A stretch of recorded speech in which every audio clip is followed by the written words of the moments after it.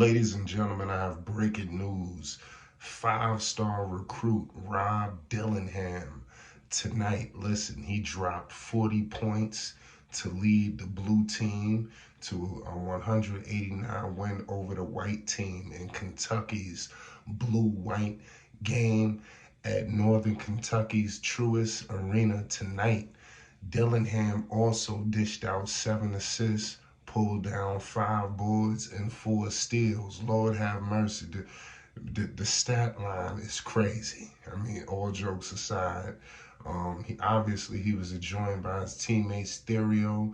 He added 26 points and 9 boards for the blue team. Jordan Burks chipped in with 20 points.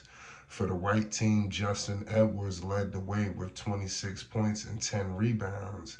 DJ Wagner finished with 25.7 rebounds and 6 assists. Antonio Reeves contributed with 17 points. So clearly, ladies and gentlemen, Kentucky is going to be rolling out a real serious force, and led by head coach John Calipari. Listen, the sky's the limit. Shout out to Rob Dillingham. The first time I heard about him was with one of my pretty much one of my guys, my man Andre Brown. I seen him up there working with him. That was the first time I was able to really get eyewitness of his talent, and to see Andre Brown work with him, and then to see what's happening with him now with my own 2 eyes as he continues to elevate. I mean, it's really amazing. I really got to call it how I see it. This was crazy. Moments before, the announcement of Saturday night's starting lineup, Kentucky head coach John Calipari grabbed the microphone and thanked everybody who attended the annual blue-white scrimmage, as all tickets proceeds went toward flood and tornado reliefs in the state. So clearly this whole situation that went on, it led to some positives. Like I said, I want to repeat, all ticket proceeds went towards flood and tornado relief funds in the state. So definitely want to applaud what Kentucky has going on. It's amazing, to say the least. Y'all let me know what's your thoughts for the people that checked out this game. We was able to get a first eyewitness glimpse at the 7'2" Croatian freshman. You know, um, so it's crazy. What all went on out here.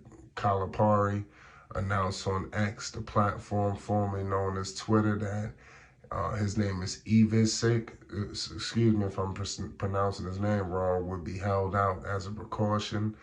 After the scrimmage concluded, Calipari said he wished he hadn't touted Saturday as Ivisic's long-awaited debut. So everybody was all up in arms. This team is going to be loaded, y'all.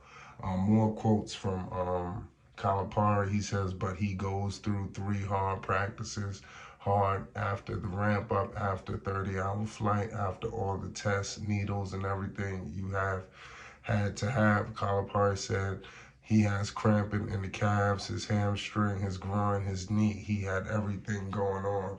And I just said, stop. So I love what Calipari did. He pulled the trigger and just said, let's hang in there. Rob Dillingham battled no such physical limitations, y'all. Like I stated, he was on full go. His reputation as a scorer is definitely well earned.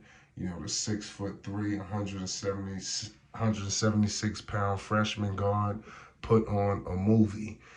Putting in, I repeat, 40 points on 14 of 23 shooting to lift the blue squad to a 189 victory over the white team.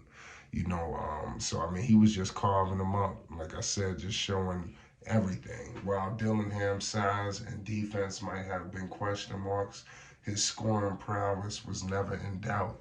And if the freshmen had any critics in that department, they were very silent today. You know, Dillingham had more of his damage in the first half, scoring 24 points while making 56.3%, 9 of 16 of his shots. That included a 4-point play after being fouled on a 3-pointer by senior guard Antonio Reeves. So clearly, what I'm trying to tell the people right now is that Rob Dillingham was out here going crazy. So like I said, this is just wild.